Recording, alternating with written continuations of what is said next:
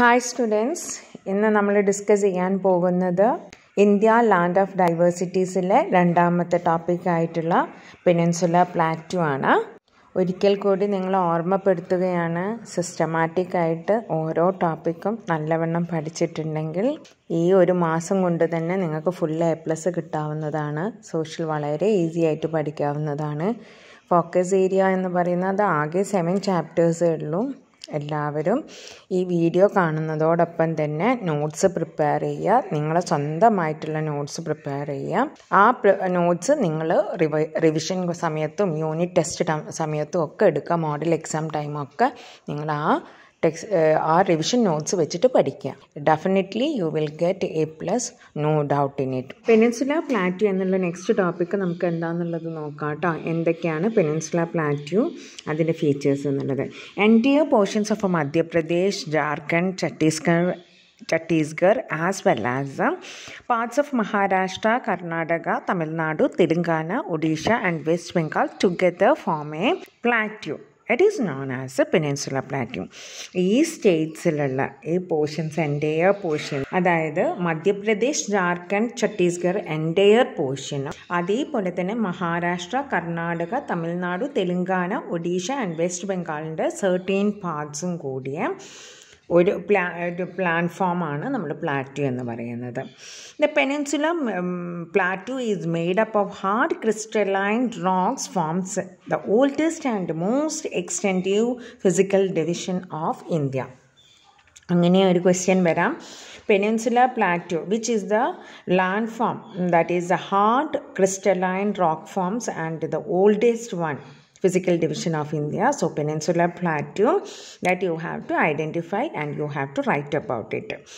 It extends 15 square kilometers. The highest peak in this region is Anamudi, that is in Idukki, and it is also known as storehouse of minerals. ഈ പ്ലാറ്റു ഏരിയയിൽ നമുക്ക് minerals ഒരുപാട് കാണാൻ പറ്റും. അതുകൊണ്ട് ഈ പ്ലാറ്റു റീജിയന് നമ്മൾ സ്റ്റോർ ഹൗസ് ഓഫ് മിനറൽസ് എന്നും പറയുന്നു. ഇനി പ്ലാറ്റുവിൽ നമുക്ക് ഒരുപാട് വെജിറ്റേഷൻസ് ഉണ്ട്. വെജിറ്റേഷൻസ് എന്ന് പറഞ്ഞാൽ different plants and trees we can see.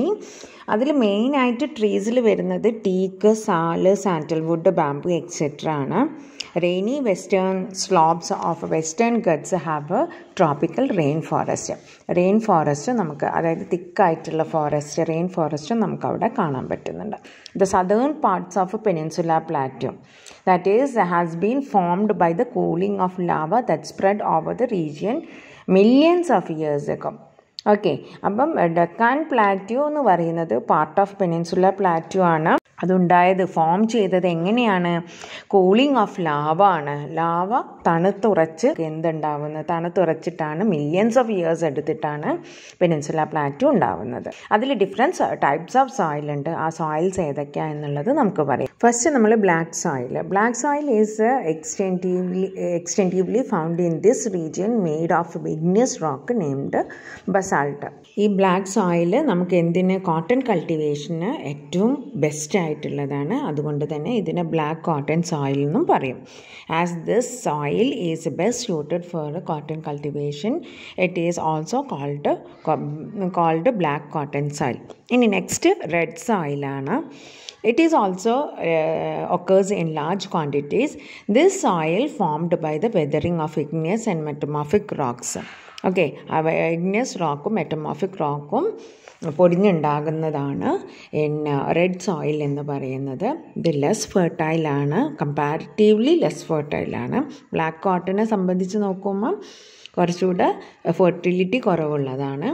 The presence of iron gives the red colour of this soil. അപ്പോൾ റെഡ് കളർ കൊടുക്കുന്നത് അയൺ കണ്ടൻറ്റ് ഉള്ളത് കൊണ്ടാണ്. And laterite soil is formed in the regions with the monsoon rains and intermittent hot seasons. അപ്പം black സോയിലും red സോയിലും ആണ് main ആയിട്ടുള്ളത്, and the laterite soil also. ഇനി നമ്മൾ peninsular plateau നമ്മൾ പഠിച്ചു കഴിഞ്ഞു.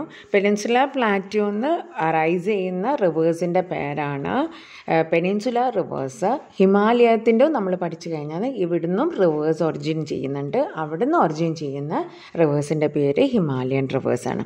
അപ്പോൾ ഇനി നമ്മൾ ഹിമാലയൻ റിവേഴ്സിനെ കുറിച്ചിട്ടും അതേപോലെ തന്നെ പെനിൻസുലാർ റിവേഴ്സിനെ കുറിച്ചിട്ടും പഠിക്കാം കേട്ടോ. അപ്പോൾ നിങ്ങൾക്കറിയാം ഹിമാലയൻ റിവേഴ്സ് ഏതൊക്കെയാണ്. ഹിമാലയൻ റിവേഴ്സ് എന്ന് പറയുന്നത് ഇൻഡസ്, ഗംഗ, ബ്രഹ്മപുത്ര, ഈ 3 റിവേഴ്സാണ് ഹിമാലയൻ റിവേഴ്സ് എന്ന് പറയുന്നത്. ഹിമാലയൻ റിവേഴ്സിൽ നമുക്ക് ഫസ്റ്റ് ഇൻഡസിനെ കുറിച്ച് നോക്കാം. ഇൻഡസ് എവിടെയാണ് ഒറിജിൻ ചെയ്യുന്നത്? മാനസരോവർ ലേക്ക്.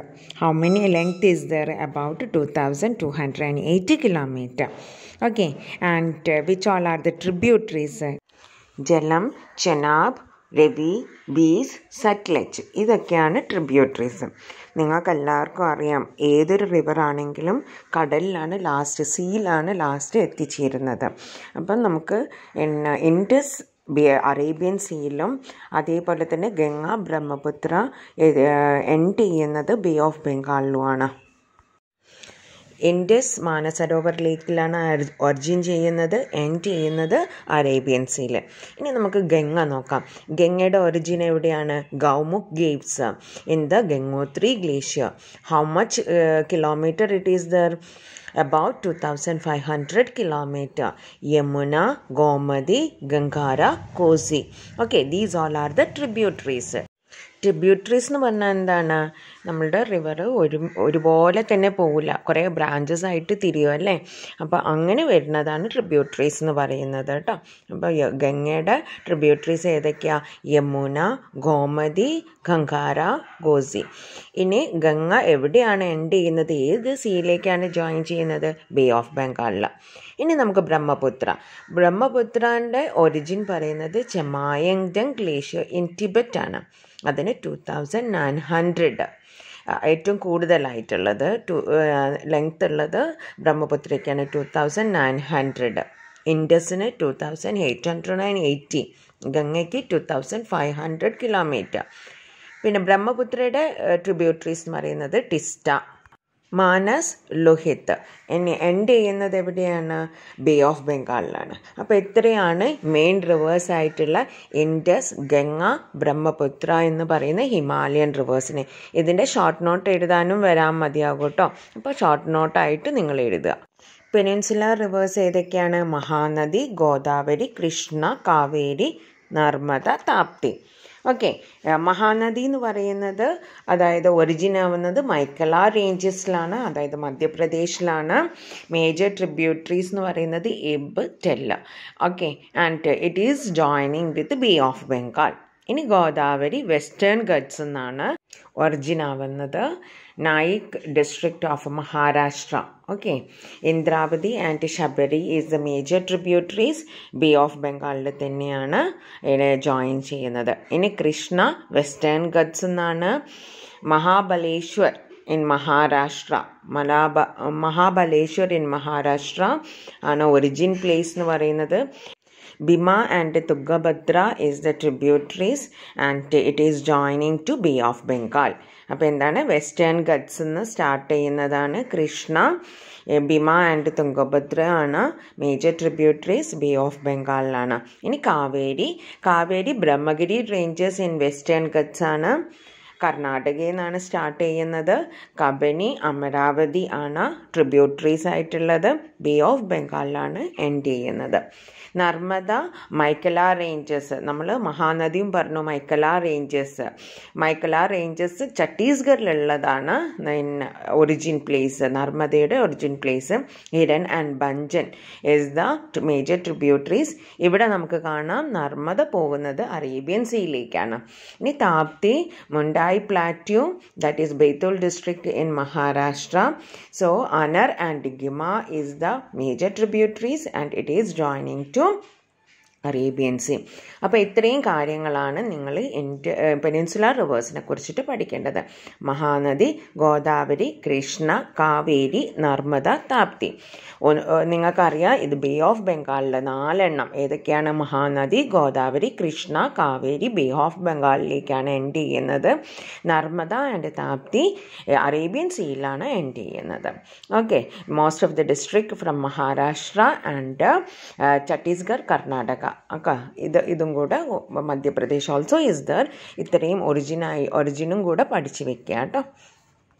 അടുത്ത ക്ലാസ്സിൽ നമുക്ക് ഹിമാലയൻ റിവേഴ്സും പെനിൻസുലർ റിവേഴ്സും തമ്മിലുള്ള ഒരു കമ്പാരിസൺ പഠിക്കാം. അതുപോലെ തന്നെ ഇമ്പോർട്ടൻറ്റ് ക്വസ്റ്റ്യൻസ് നമുക്ക് ഡിസ്കസ് ചെയ്യാം. Okay, coastal plains also we have to discuss. ആ കാര്യങ്ങളൊക്കെ ഒരു പാർട്ടോട് കൂടിയിട്ട് നമുക്ക് ഇനി ലാൻഡ് ഓഫ് ഡൈവേഴ്സിറ്റി നമുക്ക് വൈൻഡ് അപ്പ് ചെയ്യാം. So dear children, systematic study and try to score A+ in your examination.